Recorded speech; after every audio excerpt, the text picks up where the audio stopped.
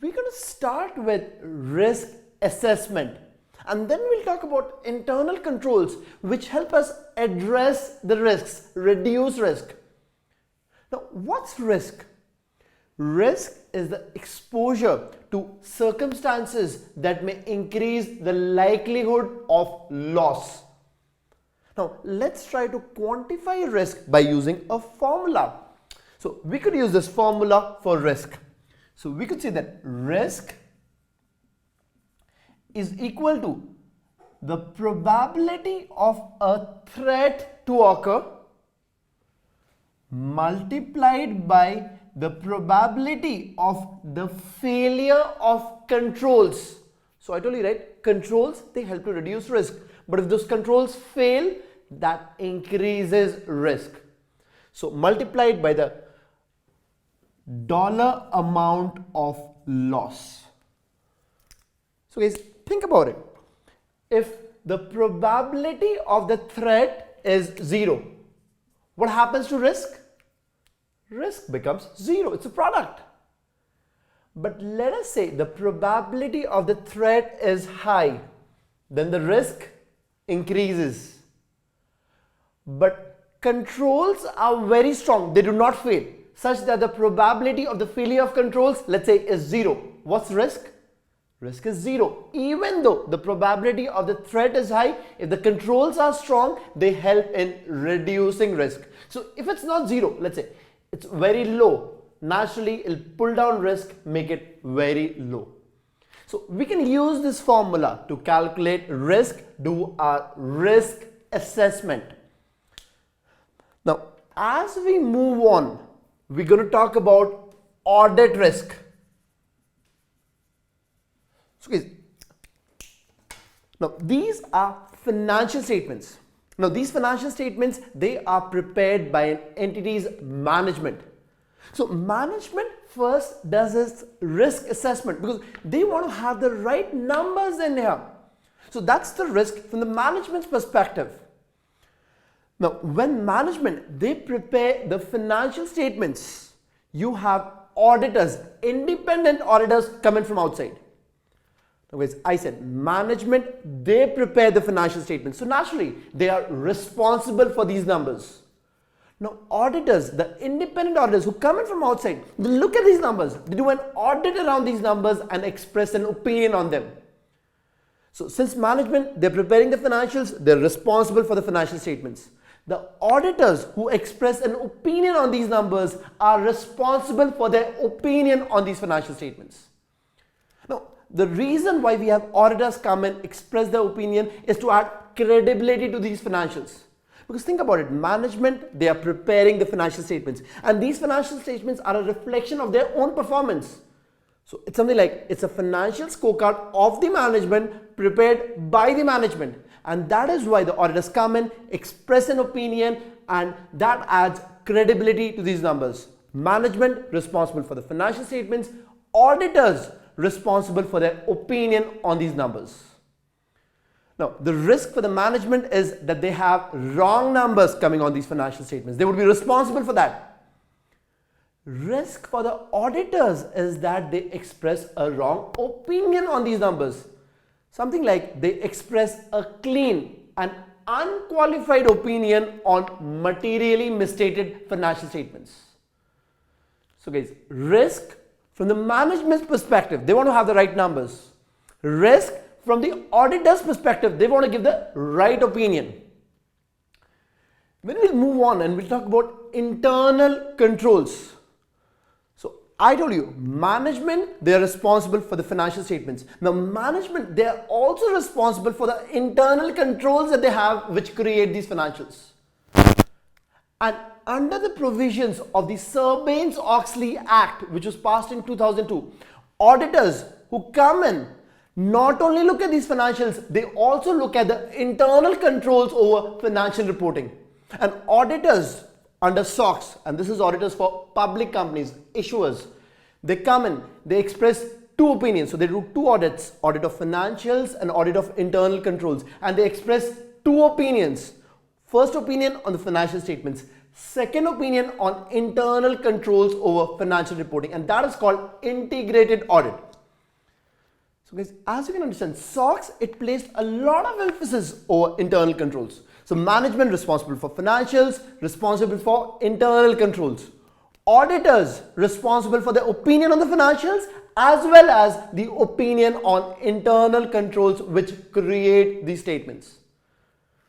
Now, as you can understand, the concept of audit risk, concept of internal controls, the provisions of the Sarbanes-Oxley Act. Now, these are topics which are dealt with in a lot of detail with a lot of focus on the auditing part of the CPA exams.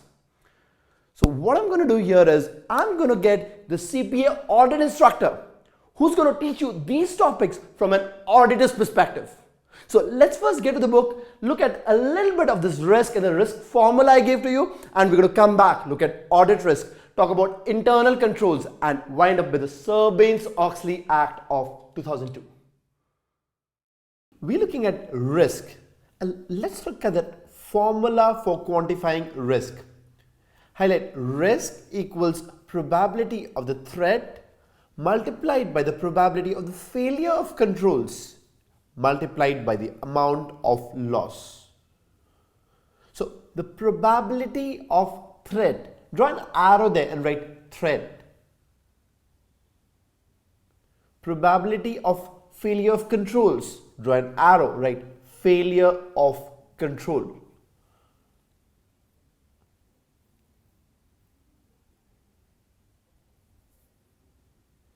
Next, highlight the design of controls. Now, they should be driven by highlight risk assessments. So you could go on top of this page and write risk assessment by management. Because in the next few pages, we're going to talk about the risk assessment by auditors. So the independent auditors who come in from outside do the audit on the financial statements. Now, when we're doing risk assessment by management, we're looking at controls which should be established to limit the risk of a potential underlying loss of assets or underlying misstatements of material information. Next, we got put a box around managing risk. So we looked at the formula for risk where we said risk increases by increase in threat, increase in failure of controls. So a good way of managing risk would be preventing highlight threats or increasing highlight controls. Coming down to the page, you got put a box around factors that affect risk.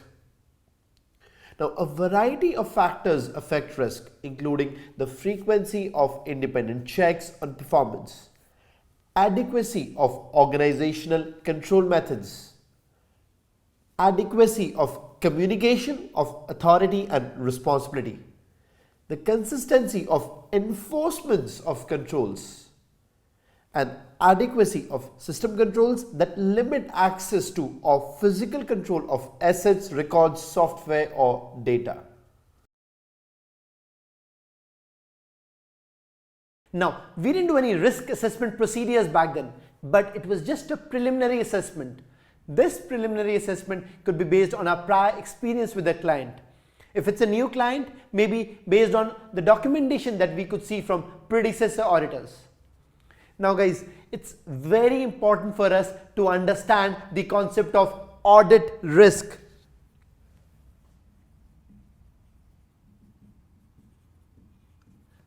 Audit risk is the risk that we, the auditors, issue a wrong opinion on these financials. So guys, remember, management is responsible for the financial statements. We as auditors, we are responsible for our opinion on these financial statements. And if we issue a wrong opinion, that's the audit risk. That's our worry. That's the risk that we give a clean opinion on materially misstated financials. It's something like what Arthur Andersen did for Enron. So Enron had cooked up financials. They had materially misstated financials. But Arthur Andersen signed off on that. They gave a clean opinion. That's audit risk. Guys, this is the risk that gives you sleepless nights as auditors. It keeps you tossing and turning in bed. So, audit risk consists of three elements. So you have audit risk or AR, which is equal to IR or inherent risk into CR, that's control risk, into DR, this one's detection risk. So IR or inherent risk is the risk inherent, assuming no internal controls exist. It's how susceptible is the element to risk. Let's say I got $1 million in hard cash. I keep it on this table right here. I go out of the door, keep the door open, come back the next day. Will I find the $1 million out here? I don't think so. How about the tables? Will anybody take these tables away? No. This is because cash, the hard cash, that's got high susceptibility to risk. Nobody's taking the furniture. That's low inherent risk. But cash, high inherent risk. Let's take an example of a diamond merchant. So he's got a lot of diamonds across his shop. There's a big risk that somebody might just pocket those diamonds and walk away. That's inherent risk. The diamonds in his shop, they've got high inherent risk. They are highly susceptible to risk. The next one, CR, this is control risk. So I told you the client has got internal controls that create the financials. Now control risk is the risk that the client's internal controls will fail to detect the material misstatement. So that's a breakdown of the client's internal controls. So let's say our dear diamond merchant, he's got all the diamonds which have got high inherent risk. So he puts in a lot of security guards to guard the diamonds. Now how about the staff in the shop colluding with the security staff and stealing the diamonds? That's a failure of internal controls. That is control risk. So guys, inherent risk is susceptibility to risk. Control risk is the failure of internal controls. It's the risk that the client's internal controls will fail to detect the material misstatement. Now, as an auditor, we do not have control over inherent risk or control risk. We only assess them. We assess how much of inherent risk does the client have in his business. So let's say if the client is doing a business which is totally based on cash sales and cash purchases, that's high inherent risk. Cash, high inherent risk. Let's say the client is a diamond merchant, high inherent risk, lot of diamonds, lot of inherent risk. CR is control risk. Now guys, I told you, management is responsible for financials, we are responsible for our opinion on the financials. Management is responsible for internal controls, we only assess the internal controls. So management puts the internal control in place and we assess what is the control risk. What is the risk that those internal controls which have been placed by the management will miss a material misstatement. Now we come to the last element of audit risk. This is detection risk. This is the risk that we the auditors, we will fail to detect a material misstatement. Either we've taken a bad audit sample or we've done a bad job as an auditor, but we have failed to detect a material misstatement on these financials. We've given a clean opinion, we failed to detect it. Guys, this is very important. So if you realize, let's say the client's internal control misses a material misstatement and it's there on the financials. But we as auditors, we detect that misstatement. We give them an audit adjustment. We ask them to change it off because we have detected it. Will the financials still be materially misstated? No, because we have detected it. We've caught the loophole. How about, let's say, the client's internal controls are very strong. So the client's internal control, that does not miss any material misstatement. So you've got every issue, the internal controls take care of that. The financials that the client gives to us, that's all fair. It does not have a single material misstatement. Even if we don't do a good job as auditors, the financials, they are good. So guys, now I hope you're understanding. If we can keep any of these components to very low, we can reduce our audit risk. So let's say if control risk is 0, that means the client has got perfect internal controls. Will there be material misstatements here? No. So we've got no audit risk. Let's say control risk is high, that is the client's internal controls aren't so good. But we do a great job as auditors. We don't miss out anything. We do a very wonderful job. So our detection risk is 0. The risk that we will miss a material misstatement, that's as I said, 0. In that case, what's audit risk? 0. So guys, to keep audit risk at a low level, we have to make sure that either of them, okay, if it's not 0, it should be at a low level. If the client's internal controls are good, then we can afford to have a higher detection risk. So if client's internal controls are good, that means control risk is low. We can afford to have a higher detection risk. Guys, you're understanding this, right? This is a product. So if this is low, to keep the same level of audit risk, we can afford to have a higher detection risk. But if the client's internal controls are bad and control risk is high, to minimize our audit risk, we have to keep the detection risk low. That means we have to do more work. We cannot afford to miss a material misstatement. Now, we'll talk about in detail when we're doing substantive tests. That substantive tests contain test of details as well as analytical procedures which help us understand what our detection risk is. Now, as I told you, as auditors, we assess inherent risk, we assess control risk. Detection risk is something that we determine. So guys, if we do more work, if we work really hard as auditors, our detection risk, that's low. If we do less work, detection risk is high, because the more the work we'll do, the lesser the probability that we will miss a material misstatement. Now, you have IR into CR is something that we assess. Now, IR into CR or inherent risk into control risk is also called the risk of material misstatement or RMM. This is the RMM that you have here, risk of material misstatement. This is something that we see, we assess. DR is something we determine. So audit risk is IR into CR into DR, or you could say audit risk is RMM into DR. Now I've talked about controls. Let me just try to put it on the board here. So let us say that the client's internal controls are strong. The reliance on internal controls, you would say it's got good internal controls. So you want to rely on internal controls. There's strong internal controls. What happens to control risk? If internal controls are strong, how much is the risk that the client's internal control will fail to detect a material misstatement? So if it's strong internal controls, they will detect all material misstatements. The control risk, that'll be low. So if internal controls, let's say, if internal controls if strong, then control risk, that's low. If control risk is low, that means the client's internal controls are so strong. Do you really want to put a lot of audit work there? You would say control risk is low. How about I afford a higher detection risk? The audit risk could be at the same level. So if you reduce this, you can afford to increase your detection risk. So you would say if control risk is low, you can have a higher level of detection risk.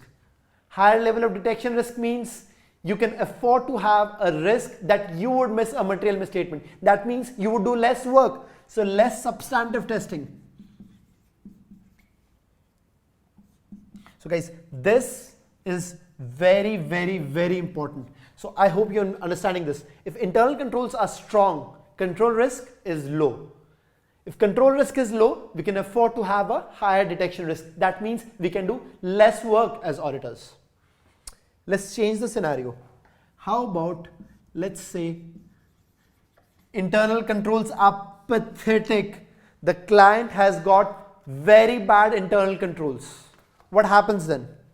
What happens to control risk? Yeah, exactly. The control risk increases. So as auditor, what do you need to do with the detection risk? If control risk is high, what do you do with the detection risk? Lower it. Exactly.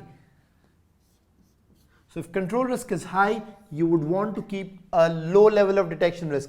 If the client's internal controls are bad, they will have all cooked up financials here.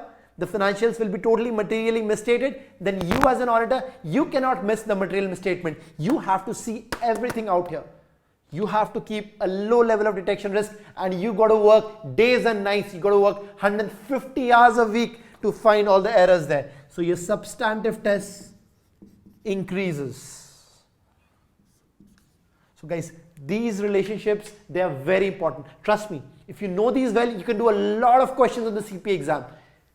Important thing to understand, If internal controls are good, control risk is low. If internal controls are bad, control risk is high. If control risk is low, we can afford a higher detection risk. If control risk is high, we need to have a lower detection risk, guys. Otherwise, our audit risk is going to increase. Think about it. If control risk is increasing, our audit risk will increase. How do we control the audit risk? By lowering detection risk. So that is what we do. If control risk is high, we lower detection risk. Higher detection risk means less work. We have a good time out there. Lower detection risk means lot of work. As I told you, 150 hours per week. So guys, this is the concept of audit risk and very important. Okay, let me also talk a bit about materiality here. So let us say we have a particular account balance. Let's say the account balance is of $1 million, 1 million.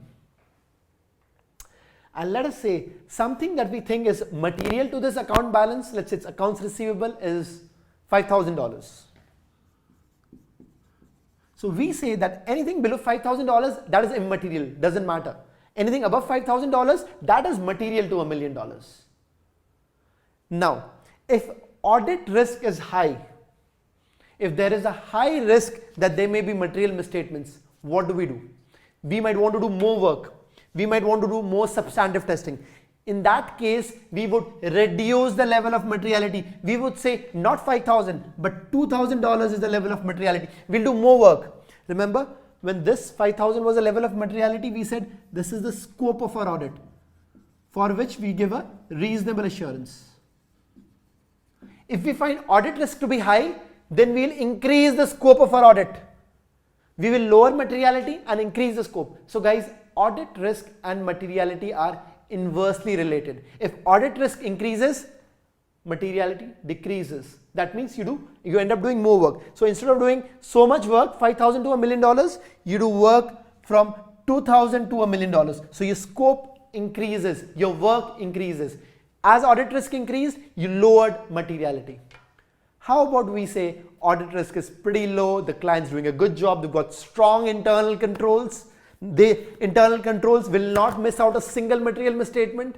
In that case, we can increase the level of materiality. Instead of saying $5,000, we can say $10,000 and our work would reduce. So guys, this is the concept that we're talking about here. Very important for you to understand. Now, this is not exactly a part of planning, but I gave to you right here in planning so that you're very thorough with these concepts when you come to it in Audit 3. In Audit 3, when we're doing internal controls, that's when we'll deal with control risk. In Audit 4, when you're talking about substantive testing, that's where you have detection risk. So the audit risk model is all you'll have for the next few days. Guys, it's going to be a lot of fun, and trust me, this is very important. We're looking at audit risk. So on top of the page, write risk assessment by auditor, within brackets, audit risk.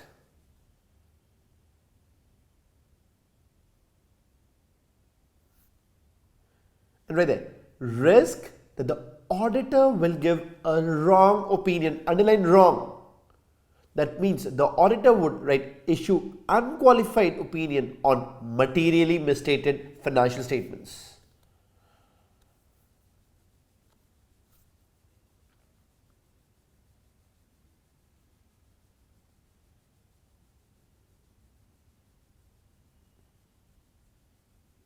Now, audit risk includes components of highlight inherent risk, right there, that's errors inherent in the nature of business.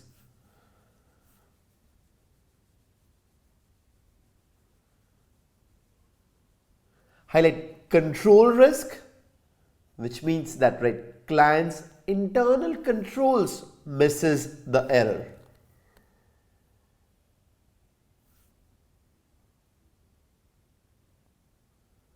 And highlight detection risk, auditor misses the error.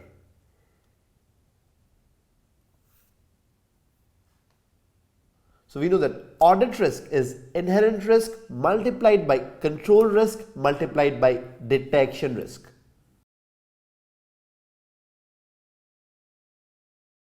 Turn to page 6, and on the space that we have on the second half of the page, Let's write the audit risk formula, right? Audit risk equals IR into CR into DR. And for IR and CR, draw a bracket and write RMM, that's the risk of material misstatement. And we know that RMM is equal to IR into CR.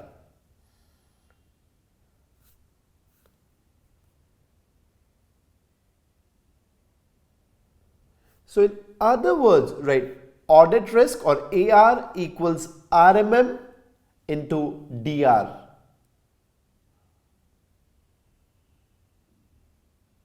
Now we know that for inherent risk or control risk, that's a risk of material misstatement, the auditor only assesses.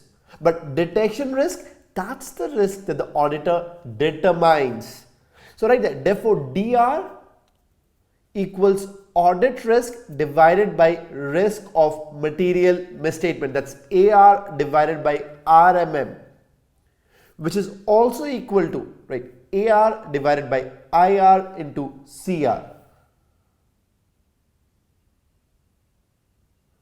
So we could say that detection risk is inversely proportional to RMM. So as RMM or IR and CR increase, the detection risk needs to decrease.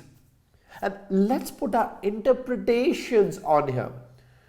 Right, if internal controls are good, what happens? Right, reliance on internal controls, that goes up, which means that the risk that the client's internal controls would miss an error, that reduces. All right, CR goes down, which implies that the auditor can afford, right, higher DR and he can do less work. So right, less substantive tests.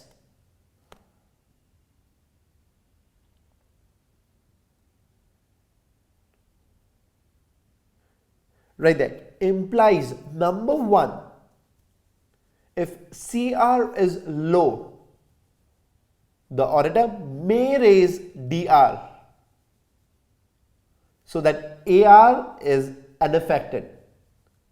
So if the control risk is low, the auditor can afford to have a higher detection risk without increasing the audit risk.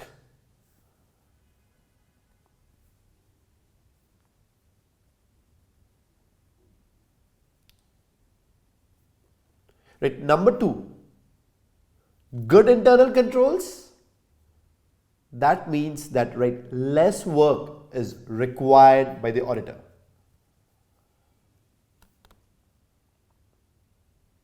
So we've seen that what happens when internal controls be good.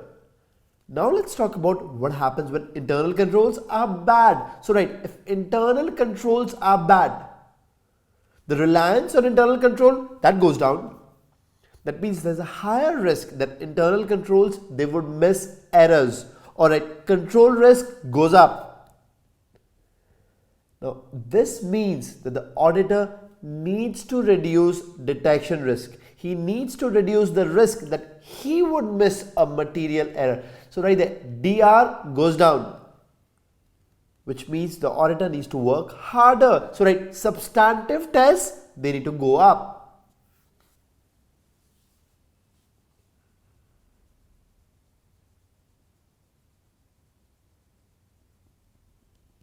Let's see the implications here, right? Implies number one, if CR or control risk is high, the auditor needs to decrease DR, right? So that AR is unaffected.